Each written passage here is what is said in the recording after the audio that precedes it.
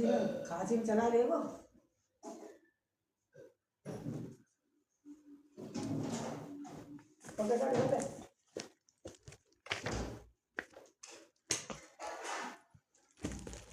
हाँ तुम यहाँ बैठ जाओ। क्या हो रहा है ये? हेलो बच्चों, मैं आपका पवन सर आ गए हम आपकी क्लास में।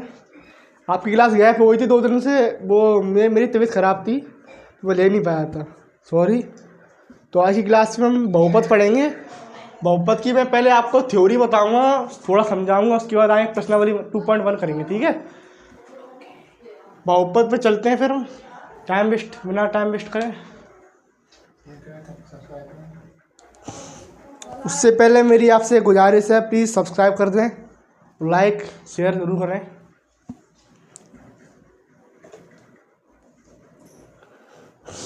बहुपद क्या होता है बताओ? बहुपद क्या होता है? जिनके चरों की घातांक पूर्णांक संख्या हो, जिनके चर या चरों की घात जो होती हैं वो पूर्णांक संख्या हो, वो बहुपद कहलाते हैं। जिनके चर या चरों की घातांक पूर्णांक संख्या हो, वो बहुपद कहलाते हैं। यानी मतलब पूर्णांक संख्या क्या होती है? पूर्णांक संख्या होती है 0, 1, 2, 3, 4, ठीक है, ये होती है पूर्णांक संख्या। जिनकी चरों की घातांक पूर्णांक संख्या हो, वो बहुपद कहलाती है। इतना समझ गए हम? कहाँ गया आगे? तो हम पहले चर की बात करेंगे, उसके बाद आगे बढ़ेंगे, ठीक है। चर क्या होते हैं? चर क्वेश्चन हमारा पुटअप होता है चर से। चर क्या होते हैं? कुछ बच्चों को तो पता ही नहीं होगा चर क्या होते हैं। वो डायरेक्ट क्वेश्चन करने लगते हैं। जब भी चैप्टर उठाते हैं, वो देखा क्वेश्चन, देखा 2.1 में उठाया क्वेश्चन, करने लगे, टीचर ने बता रही है ऐसे करो, वो करना सीख जाते हैं और ऐसे करने लगते हैं। पर उन्हें ये नहीं पता होता चर क्या होता है, पद क्या होता है। पर मैं आपको ये बताऊंगा चर क्या होता है और पद क्या होता है, ठीक है। चर हमारे होते हैं जो बदले नहीं जा सकें, जो बदलता नहीं है या फिर बदले नहीं जा सकें, वो होते हैं चर। जैसे कि x, y, z, ये बदले नहीं जा सकते और ना ही हम इन्हें बदल सकते हैं, ये होते हैं हमारे चर। और पद क्या होते हैं? पद देखते हैं। पद होते हैं जो हम बदल सकते हैं, हम उनकी जगह कोई भी संख्या, मतलब कोई भी पूर्णांक संख्या रख सकते हैं, वो होते हैं हमारे पद। जैसे कि अभी मैंने आपको पूर्णांक संख्या बताई थी 0, 1, 2। अब आप यहाँ पर आप चर की पद की जगह 0 रख सकते हैं। जैसे कि हमारे एक्स स्क्वायर रख सकते हैं, पर मैं रखना नहीं चाहता, क्योंकि चलो रख लेते हैं 0, 1, 2, 3, 4, ऐसे ही और भी होते संख्या, ठीक है। जिन्हें हम बदल सकते हैं या फिर वो बदल सकते हैं खुद ब खुद, वो होते हैं हमारे पद। और चर कौन से होते हैं? जो बदलते नहीं हैं या जिन्हें बदला नहीं जाता है, वो होते हैं चर, ठीक है। इतना समझ में आया होगा। अब हम चलते हैं रेखीय बहुपद पर। रेखीय बहुपद क्या होता है? रेखीय बहुपद क्या होता है? पहले तो ये बताओ बहुपद क्या होता है। अभी मैंने परिभाषा बताई आपको, परिभाषा तो आपको रट गई होगी, अगर नहीं रटी तो बताओ, दोबारा बता दे रहा हूँ। परिभाषा होती है इसकी, जिनकी चरों की घातांक या जो चर बदले नहीं जाते या और जिनकी चरों की घातांक बदली जाती हैं, वे होते हैं बहुपद, ठीक है। मतलब जो पूर्णांक होते हैं, मैंने अपनी तरफ से बनाया है, जिनकी चरों की घातांक पूर्णांक संख्याएं होती हैं, वो चर होते हैं, ठीक है। मतलब वो होते हैं बहुपद, ठीक है। और आगे चलते हैं रेखीय बहुपद पर। रेखीय बहुपद क्या होते हैं? रेखीय बहुपद मैं आपको सिर्फ मोस्ट इम्पोर्टेंट चीज़ बता रहा हूँ। मैं हर टीचर की तरह से पूरा नहीं बता रहा, मैं चाहूँ तो पूरा बता सकता हूँ। मैं सिर्फ ये आपके लिए 1 शॉट वीडियो लाया हूँ, ठीक है। तो मैं आपको बस मोस्ट चीज़ें बताऊँगा जो पेपर से रिलेटेड है, पेपर में ही आ सकती हैं, और किसी और मतलब जैसे टीचर बता देते हैं ना इसी बहुपद में और भी चीज़ें, मैं वो चीज़ इसलिए नहीं बता रहा, वो आपके पेपर से रिलेटेड नहीं है। तो मैं वही चीज़ बताऊंगा जो सिर्फ आपके पेपर में आ सकती हैं, ठीक है, ये ध्यान रखना। रेखीय बहुपद क्या होते हैं? रेखीय बहुपद वह बहुपद होते हैं जिनकी जिनकी चर होते हैं, चर, उनकी चर में घातांक नहीं होती, ओनली जैसे कि 2x+5, ये होते हैं हमारे रेखीय बहुपद। रेखीय बहुपद ये होते हैं हमारे रेखीय बहुपद। इसमें हमारा एक चर होगा, एक पद होगा। क्या होगा? एक चर होगा और एक पद होगा। तो ये हो गया हमारे रेखीय बहुपद। इतना समझ में आया होगा आपको। द्विघात बहुपद क्या होते हैं? द्विघात बहुपद वो होते हैं जो चर होते हैं, मतलब जो हमारा बहुपद होता है उसमें जो चर होते हैं, जैसे चीज हमारे चर है ना, एक्स चर है, इसमें जो घातें लगी होंगी दो, उसको होते हैं द्विघात बहुपद। जैसे कि हम ले लेते हैं, यहाँ पे आते हैं द्विघात बहुपद पे, द्विघात बहुपद ये होते हैं हमारे 2x² + 5x + 2 = 0। जीरो नहीं आएगा यहाँ पे, ठीक है। ये होते हैं द्विघात बहुपद, ठीक है। जिन चरों की घातांक 2 होगी वो होंगे द्विघात बहुपद, ठीक है। उनके पद से कोई रिलेशन नहीं होता, उससे कोई दिक्कत नहीं। मैं ऐसे भी लिख सकता हूँ x² + 5x, या फिर मैं 5 हटा दूँ और लिख सकता हूँ ax + 2 भी लिख सकता हूँ।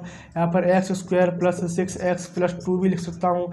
यहाँ पर x² + 8x + 2 भी लिख सकता हूँ। यहाँ पर 5x² + 9x + 2 भी लिख सकता हूँ। यहाँ पर उनके पदों से कोई मतलब नहीं होता। जब द्विघात बहुपद बोलते हैं ना, तो उसकी चर से निर्भर करते चर पर निर्भर करता है कि वो कैसा बहुपद है, द्विघात बहुपद है, त्रिघात बहुपद है या रेखीय बहुपद है। ये द्विघात बहुपद वो होते हैं जो हमारे जिनकी चर की घातांक 2 होती है, और रेखीय बहुपद वो होते हैं जिनकी चर में घातांक नहीं होती, ओनली चर होता है एक सिंगल, ठीक है। तो वो होते हैं हमारे रेखीय बहुपद। द्विघात बहुपद होते हैं जिनकी चर की घातांक 2 होती है। इतना समझ में आया। अब हम चलते हैं त्रिघात बहुपद पे। ज़्यादा नहीं बताऊँगा, मैंने बताया आपको सिर्फ ओनली पेपर से रिलेटेड बताऊँगा, उससे ज़्यादा नहीं बताऊँगा मैं। मुझे पता है ज़्यादा पढ़ने से बच्चे ही पढ़ते नहीं हैं, मुझे पता है। वीडियो पूरी देखते नहीं है, फिर वो ओवर हो जाए तो नहीं बताऊँगा जितना पेपर में आएगा। ये तो लिख दे रहा हूँ दोबारा से, x² + 5x + 2, ठीक है। हम चलते त्रिघात बहुपद पे, ठीक है। त्रिघात बहुपद, त्रिघात बहुपद क्या होता है? अभी मैंने बताया था द्विघात बहुपद में क्या होता है। द्विघात बहुपद में चर की घात 2 होती है, तो ऐसी त्रिघात बहुपद में चर की घात 3 होगी। क्या होगी? चर की घात 3 होगी। जैसे कि x³ + 5x² + 2x + 1 = 0, जो कि त्रिघात बहुपद। त्रिघात बहुपद। अब आप सोच रहे हो सर आपने x² भी ले आए, 2x भी ले आए, 1 भी ले आए। अरे तो उसमें कोई दिक्कत की बात नहीं, मैं ऐसे लिख देता हूँ x³ + 5x + 2 = 0। पर इसमें 0 नहीं आएगा, क्या होगा? 0 वाला बताऊँगा आपको, 0 वाला ही बताऊँगा, कोई दिक्कत की बात नहीं है। मुझे आदत पड़ी हुई ना, इसमें से 0 लगा देता हूँ, ठीक है। तो हम ऐसे भी ले सकते हैं, ऐसे भी लिख सकते हैं, कोई दिक्कत नहीं है। इसमें बस ये कि हाथ 2 लग रही है तो उसको 2 बार सॉल्व करना पड़ेगा, मतलब छोटा करके सॉल्व करेंगे, इसको डायरेक्ट हो जाएगा और कुछ नहीं है, ठीक है। तो ये होते हैं हमारे त्रिघात बहुपद। पता चल गई होगी आपको। त्रिघात बहुपद होते हैं जिनकी घात 3 होती है, जिनकी घात 3 होती है वो होते हैं त्रिघात बहुपद। जिन चरों की घात 3 होती है वो होते हैं त्रिघात बहुपद, ठीक है। अब हम चलते हैं वो बार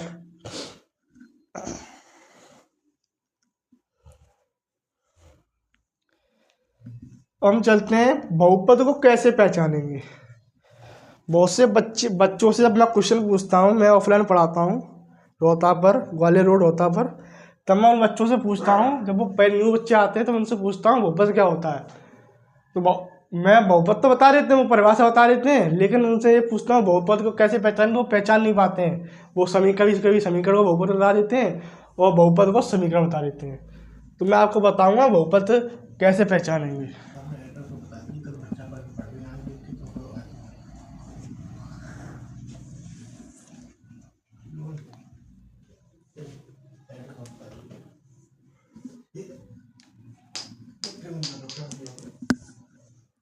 बोलो।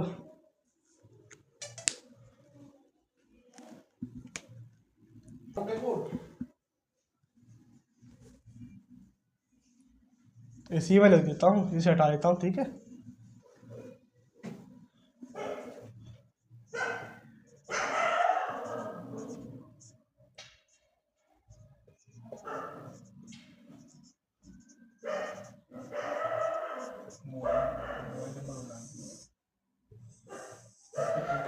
बहुपद कैसे पहचाने, हमारी जो हेडिंग है इसमें लिखा है बहुपद कैसे पहचाने। मैं पहले आपको 5-10 सेकंड देता हूँ, आप मुझे कमेंट करेंगे और बताएंगे कुछ जानते हो तो।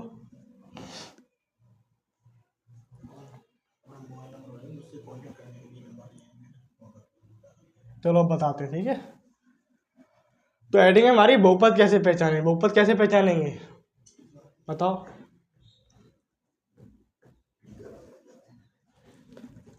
जो जिनके चर जिनकी जिन जिन जिन समीकरण के चर या जिन बहुपद के चर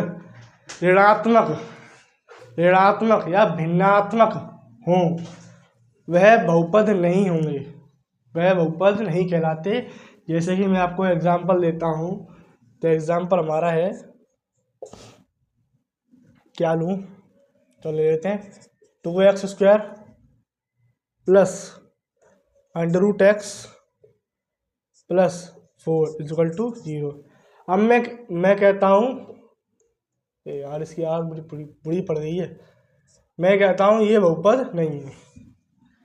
अब ये बहुपद कैसे नहीं है, बहुपद ऐसे नहीं है, जो इसमें √x है ना, जब √x की वैल्यू निकालोगे आप या √x को आप खोलोगे तो इसमें आएगा x⁻1/2, जो कि एक भिन्नात्मक है।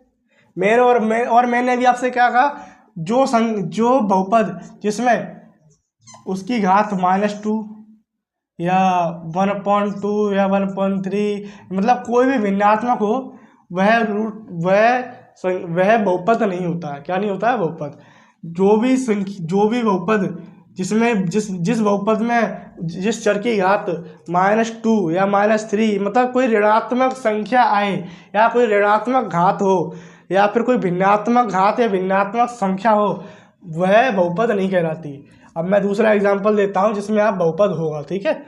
एग्जांपल देखते हैं दूसरा, 2x² प्लस x प्लस 4, ये हमारा बहुपद है क्योंकि इसमें √x नहीं, ओनली x है, ठीक है, ओनली चर है। अब मैं कोई एग्जांपल देता हूँ आपको, ध्यान से देखें।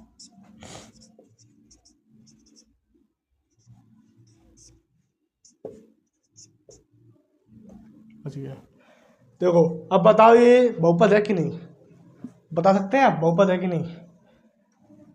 कुछ बच्चे तो कह रहे होंगे ये बहुपद है, पर कुछ बच्चे कह रहे होंगे ये बहुपद नहीं है, पर मैं कहता हूँ ये बहुपद नहीं है। बहुपद मैंने आपसे कहा कि जिस संख्या या जिस चर की घात, मतलब संख्या नहीं, जिस बहुपद में चर की घात ऋणात्मक या भिन्नात्मक हो वह बहुपद नहीं कहलाता। तो इसमें क्या आएगी, भिन्नात्मक आएगी ना। देखो कैसे होगा, इसे हम सोल्व करेंगे। 2x² √3 है, जो √3 है ना वो √3 ऐसे लिखा है, प्लस ऐसे लिखा है, ऐसे नहीं समझ में आएगा तो ऐसे लिख लो। देखो ये x जो है वो √3 के अंदर है। अगर x √3 ऐसे लिखा होता ना तो ये बहुपद कहलाता। अगर x √3 के बाहर होता तो ये बहुपद कहलाता। अगर अब इसमें जो x है ना वो √3 के अंदर है, इस वजह से ये बहुपद नहीं कहला, क्योंकि इसकी पावर तो 1/2 होती ना। जब आप इसे सॉल्व करेंगे तो इसकी पावर 1/2 आएगी, ठीक है। आप कह रहे हो सर इसे सॉल्व करके दिखा दो, इसके लिए मैं अलग से शॉर्ट बना दूंगा, उसमें आप देख लेना, क्योंकि फिर ये वीडियो लंबी हो जाएगी ज़्यादा, ठीक है। x की पावर √x की पावर 1/2 होती है, याद रखना। x की पावर मतलब √x की पावर 1/2 होती है, ठीक है। अब दूसरी संख्या और बताता हूँ आपको, एक और एग्जांपल ले लेते हैं। दूसरा एग्जांपल, अब क्या ले, ठीक है, 3x² क्यों मान लेते हैं, ठीक है, -2x की पावर -2, ठीक है, और -2 = 0। अब बताओ इसमें माइनस की पावर है, इस कारण ये बहुपद नहीं होगा। इस चीज़ को याद रखो।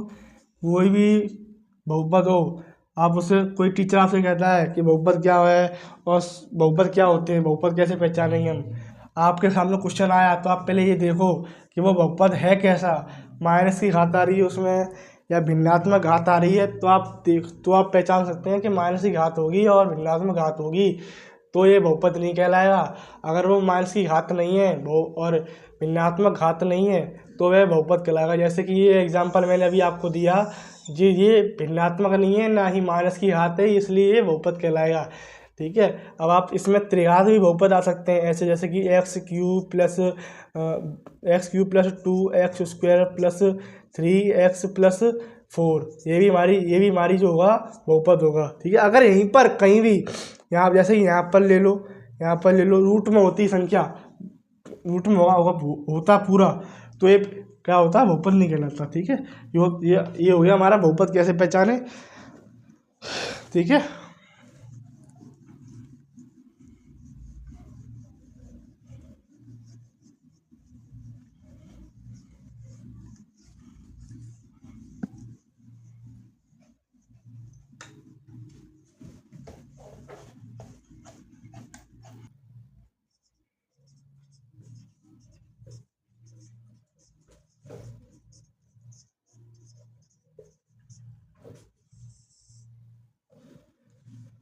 हेडिंग है बहुपद का मानक रूप।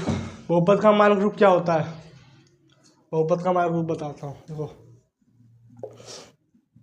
2x² + x + 2, ये होता है बहुपद का मानक रूप।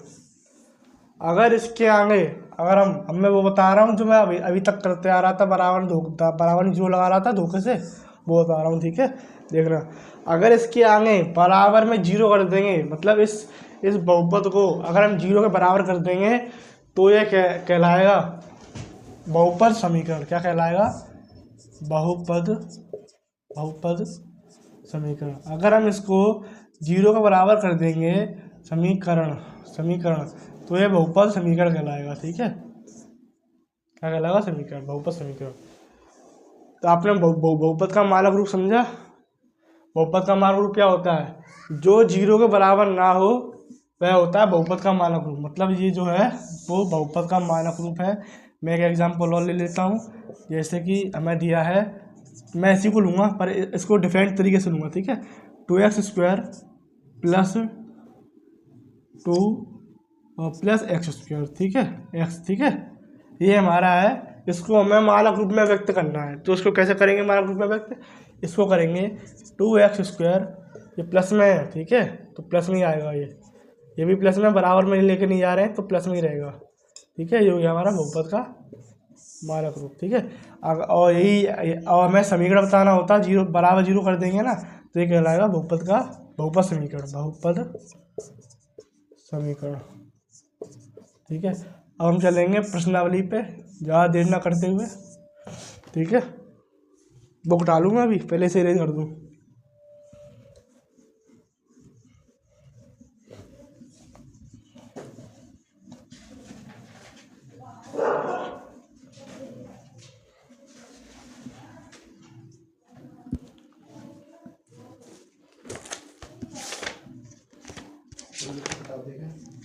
प्रश्नावली 2.1, अपनी किताब उठा लें। मेरे पास एलईडी बोर्ड नहीं है, मैं एलईडी बोर्ड होता तो मैं आपको दिखाता, मैं ग्राफ को बनाऊंगा। मेरे पास फर्स्ट जो क्वेश्चन है उसको लिखूंगा नहीं, उसको बोलूँगा, आप इसे पढ़ें समझेंगे।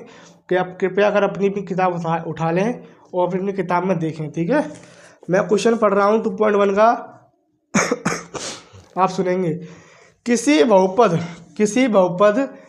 p इंटू एक्स के लिए, किसी बहुपद p इंटू एक्स के लिए y बराबर p इंटू एक्स का ग्राफ नीचे आकृति 2.10 लिखा है, वो आप 2.1 पढ़ेंगे, उसे 0 हटा देंगे। ठीक है, जो 2.1 पढ़ेंगे आखिरी। ठीक है, 2.1 में दिया है प्रत्येक स्थिति में p इंटू एक्स के शून्य निकालने। क्या कह रहा है वो, p इंटू एक्स के शून्य निकालते हैं। देख लो, यहाँ पे लिख दे रहा हूँ मैं, फिर भी p इंटू एक्स के शून्यक, वो इसके शून्यक पूछ रहा है। ठीक है, हमें इसके शून्य निकालने हैं। मैं आपके लिए पहला ग्राफ बनाऊंगा, ठीक है। पहला ग्राफ कहता है हमारा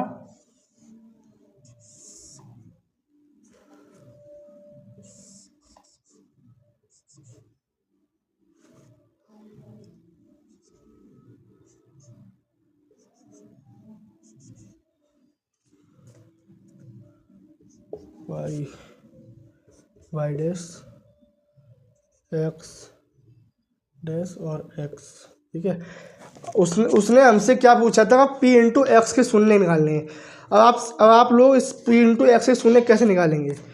इसके शून्य निकालने के लिए इसमें कुछ नहीं करना, ज़्यादा कुछ सिंपल है, पहले समझो, ठीक है। इसको निकालने के लिए क्या करेंगे, इसमें जो रेखाएं कटी हुई ना, मतलब जो रेखा एक्स है, मतलब जो रेखा एक्स है ना, इस ग्राफ में जो रेखा एक्स है, देख रहे हो, मैं इसमें बार बार चला रहा हूँ, पेन देख लेना ध्यान से। इसमें जो रेखा एक्स है, इस रेखा को कोई दूसरी लाइन जितनी बार काटेगी वह उसके शून्य होंगे। जैसे कि जी मैंने मान लिया 1 2 3 4, ओनली इस रेखा को काटना है, ओनली पी इंटू एक्स वाली है, मतलब एक्स जो रेखा, उस रेखा को कोई दूसरी रेखा जितनी बार काटेगी वह उसके शून्य होंगे, ठीक है। लेकिन इस रेखा को तो कोई भी नहीं काट रहा, ये तो मैंने अपनी तरफ से आपको एग्जाम्पल में बताया, ठीक है। इस रेखा को तो कोई नहीं काट रहा। दूसरी रेखा कहाँ है, दूसरी रेखा तो वाई को काट रही है, दूसरी रेखा तो वाई को काट रही है। मतलब ये है जो रेखा, वो क्या काट रही है, वो वाई रेखा को काट रही है, मतलब वाई रेखा पर बिंदु बना रही है, इसलिए इसके जो शून्य होंगे वो वाई के शून्य निकलेंगे। लेकिन हम इस क्वेश्चन में हमसे क्या कहा है कि पी इंटू एक्स के शून्य निकालो, तो हम पी इंटू एक्स के शून्य ही निकालेंगे। तो पी इस एक्स रेखा पर तो कोई रेखा नहीं काट रही है दूसरी, तो इस पी इंटू एक्स मतलब एक्स रेखा पर कोई भी रेखा दूसरी नहीं है, तो इसके शून्य क्या होंगे, इसके शून्य होंगे 0।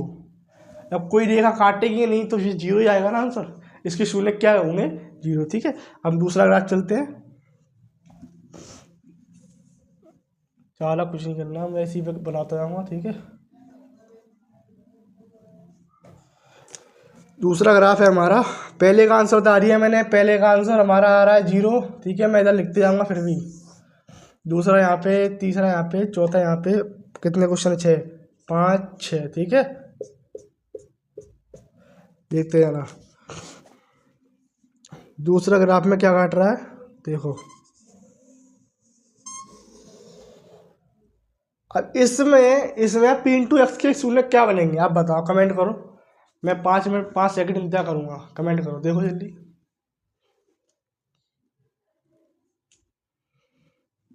इसमें जो है एक्स रेखा पर दूसरी रेखा जो काट रही है वह सिर्फ एक बार काट रही है। अब आप कहोगे सर कैसे, मैं कहूँगा ऐसे कि जो मैंने अभी आपसे कहा कि जो इसमें पी इंटू एक्स के शून्य पूछे, किसके, पी इंटू एक्स के, ठीक है। आप पी इसको मानते हैं, ध्यान रखना, ठीक है, कॉमन सेंटर को, ठीक है। तो इसे p into x, p into y, ठीक है, ऐसे मानते हैं, ठीक है। इसमें जो एक्स रेखा पर जो रेखा दूसरी काट रही है वह एक बार काट रही है। कैसे काट रही है सर ऐसे काट रही है, क्योंकि यहाँ से दूसरी रेखा गई है, वह रेखा दूसरी वाई को काट रही है। लेकिन हमने तो वाई के पूछे नहीं है, जब वाई को पूछे नहीं है तो वाई को तो हम इसको लेंगे नहीं, जब इसको लेंगे नहीं तो जो रेखा थी वो आगे जाकर वो एक्स रेखा को सिर्फ एक बार काट रही है। अगर वो रेखा दोबारा से ऐसे मुड़ जाती तो ये 2 बार काटती, पर ये मुड़ नहीं रही है, ओनली एक ही बार काट रही, तो इसका आंसर क्या होगा, इसका आंसर होगा 1। इसके शून्य क्या होंगे, इसके शून्य होंगे 1, मतलब दूसरे का आंसर क्या होगा हमारा 1, ठीक है। तीसरा क्वेश्चन करते हैं।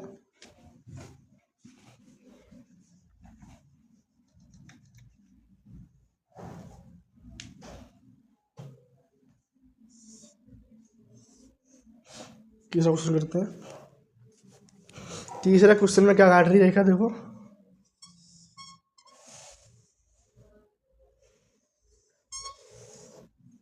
तीसरा ग्राफ ये है, इसमें एक्स रेखा को कितनी बार काट रही है दूसरी रेखा को, बताओ। एक्स रेखा को इसमें अन्य रेखा मैं बताता हूँ दोबारा, 1 2 3, ये तो होगी नहीं, ये तो वाई पे, ठीक है, ये तो वाई रेखा है ना। एक्स रेखा पूछा उसने, एक्स पे 1 2 3 ऐसी तो गई है, एक बार गई, दूसरी बार आई, या तीसरी बार, ठीक है। तो उसके शून्य क्या होंगे, 1 2 3, ठीक है। इसके शून्य होंगे 3, ठीक है। इसके शून्य 3 होंगे। चौथा करते हैं।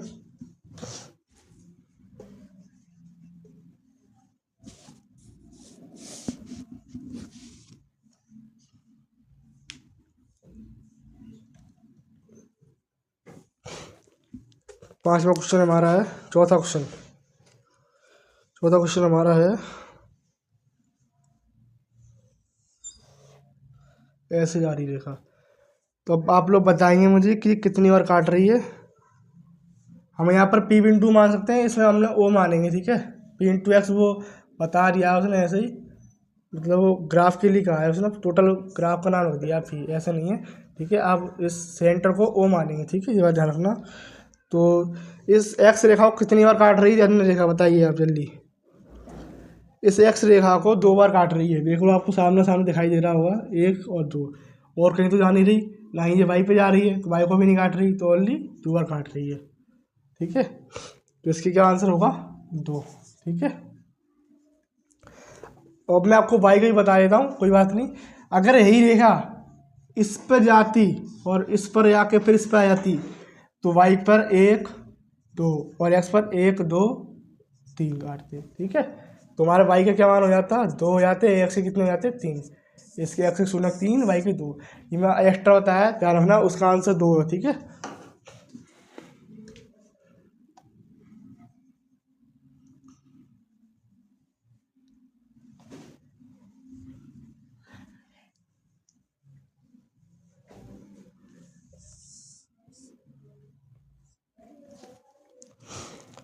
पांचवा क्वेश्चन कहता है हमारा ऐसे गई, ऐसे ऐसे ऐसे। अब आप बताएंगे मुझे कितनी बार काट रही है। यह रेखा एक्स रेखा को 1, ध्यान से देखेंगे, 2 3 4, कितनी बार काट रही है, 4 बार, क्योंकि ये रेखा तो वाई पे कट रही है, तो इसका आंसर क्या होगा, 4, ठीक है। छठवां क्वेश्चन करेंगे।